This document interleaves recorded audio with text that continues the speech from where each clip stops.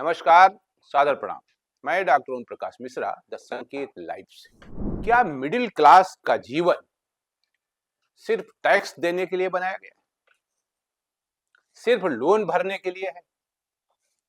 सिर्फ KYC update कराने के लिए है? बिजली, गैस, पानी, इसकी खपत को, रीडिंग को पूरा करने के लिए है? क्या हम सिर्फ इसीलिए कमाएंगे? हमसे मतलब मिडिल क्लास से। क्या सरकार को मिडिल क्लास की आमदनी और खर्चा और टैक्स को लेकर कभी कुछ सोचने की आवश्यकता पड़ेगी? 2024-25 में देश की आर्थिक विकास दर 6.4% होने का अनुमान है, जो कि बीते वर्षों के 8.2% से कम है। देश की आर्थिक विकास दर दबाव में आ रही है। इस समस्या का सामना करने के लिए खपत को बढ़ावा देना होगा।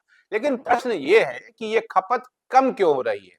रोग को सही प्रकार से चिन्हित करने के बाद ही उपचार सही हो सकता है, हम सब जानते हैं। पहले डायग्नोज तो अच्छे से क्यों है क्यों?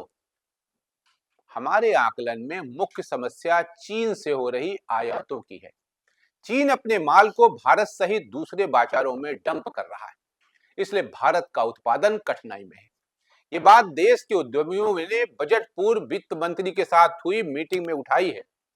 उपभोक्ता को सस्ता माल मिल रहा है, इसलिए वो महंगा स्वदेशी माल नहीं खरीद रहा। संघ के लोग जो है ना स्वदेशी स्वदेशी स्वदेशी की बात करते हैं, लेकिन भाई जब ये मोबाइल 14,000 का हमको बाहर से मिल रहा है तो हम इंडिया मेड का 39,000 का क्यों खरीदें? उससे क्या हो रहा है?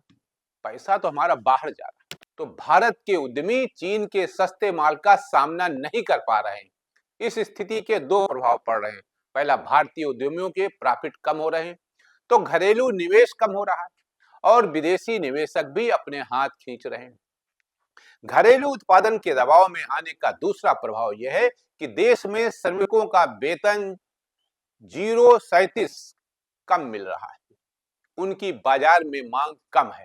ऐसे में मांग हो रही है कि आयकर में छूट दी जाए, जैसा कि मैंने पहले कहा कि मध्यम श्रेणी के लिए ये सही है कि आयकर में छूट से टैक्स पेयर के हाथ में अधिक रकम बचेगी और वो बाजार में माल खरीदेगा, तो मांग की कमी दूर होगी।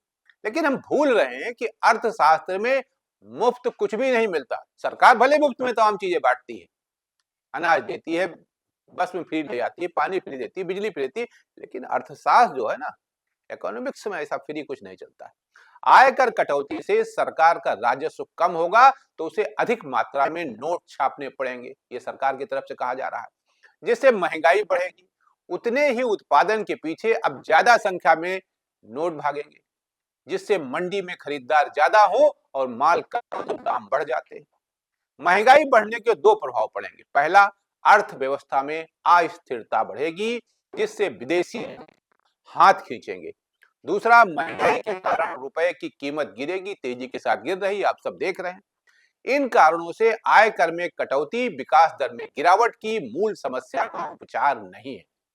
हम मांग में कमी के कुएं से निकालकर महंगाई की खाई में गिरेंगे।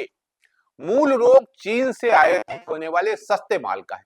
इसका सीधा उपचार यह है कि आयात करों में वृद्धि की जाए, जिससे चीन से आयात कम हो और घरेलू उत्पाद बढ़े। तब देश के नागरिकों को ज्यादा जॉब्स मिलेंगे, उनके वेतन बढ़ेंगे और उस बढ़े हुए वेतन से वे बाजार से माल खरीदेंगे। बाजार में मांग बढ़ेगी, जीडीपी ग्रोथ, कंपनियों के प्रॉफिट भी बढ़ेंगे। मेक इन इंडिया का सपना सफल होगा और निवेश बढ़ेगा। इसलिए मूल रोग का उपचार आयकर में कटौती नहीं बल्कि आयात कर में वृद्धि है। लेकिन फिर से आयात कर, इंपोर्ट रेट बढ़ेगी, साथ में घरेलू 0.37 बढ़ने का भी मूल्य चुकाना होगा। चीन का सस्ता माल नहीं मिलेगा, इसलिए वित्त मंत्री को तय करना है कि वो नागरिकों को चीन का सस्ता माल दिलाएंगी या जॉब्स और ऊंची विकास दर। इसी क्रम में ईंधन तेल पर आयात कर या एक्साइज ड्यूटी बढ़नी चाहिए। अब आप समझ लीजिए, सरकार का कहना है कि अगर पेट्रोल 150 रुपए लीटर भी बिक जाए तो भी चिंता की बात नहीं, हो सकता है भाई बढ़ जाए उससे, लेकिन वो कह रहे हैं कि इससे कोई नुकसान नहीं होगा। पेट्रोल का दाम वर्तमान 100 रुपए प्रति लीटर से बढ़कर यदि 150 रुपया प्रति लीटर हो जाए तो हमें घबराना नहीं चाहिए, ये सरकार कह रही है। इस मूल वृद्धि की भरपाई जीएसटी में कटौती करके देनी चाहिए। जितनी रकम ईंधन तेल पर टैक्स से वसूल की जाए उतनी ही छूट जीएसटी में दे देनी चाहिए। इधर नाक पकड़ो इधर से, चाहे घुमा के चाहे इधर से। ऐसा करने से महंगाई तनिक भी नहीं बढ़ेगी, ऐसा कहा जा रहा है, एक्सपर्ट कह रहे हैं। अभी तो जिसको जो झेलना पड़ रहा हो जाने। सरकार का राजस्व पूर्ववत बना रहेगा, लेकिन अर्थव्यवस्था चल निकलेगी। जीएसटी में कटौती करने में से आयातित माल के सामने देश में उत्पादित माल सस्ता हो जाएगा, कोरी कल्पना है। और पुनः घरेलू उद्यमों के लाभ बढ़ेंगे, जॉब्स बढ़ेंगे और ग्रोथ रेट बढ़ेगी। हम मानकर चल रहे हैं, प्रत्याशा में है। वित्त मंत्री को आयकर में छूट देनी ही है तो प्रश्न यह है कि ऊपरी मध्यम वर्ग जो कि 15-20 लाख रुपए प्रति वर्ष कमाता है उसको छूट दी जाए, या निचले वर्ग को जिसकी आय 3 लाख रुपया प्रति वर्ष है। यदि ऊपरी मध्यम वर्ग को, अपर मिडिल क्लास को आयकर में छूट दी जाती है तो इसका खपत पर प्रभाव कम पड़ेगा, क्योंकि ये लोग बचत ज्यादा करते हैं और खपत इनकी पहले ही भरपूर है। इसके अलावा इनके द्वारा आयातित माल भी ज्यादा खरीदा जाता है। तुलना में नीचे का जो वर्ग है, लोअर मिडिल क्लास, जिसकी आमदनी 3 लाख रुपया प्रति वर्ष जो कमाता है, उसे आयकर में छूट दी जाए तो खपत में वृद्धि ज्यादा होगी। इनके द्वारा घरेलू माल की खपत भी अधिक की जाती है, जिससे अर्थव्यवस्था चल निकलेगी।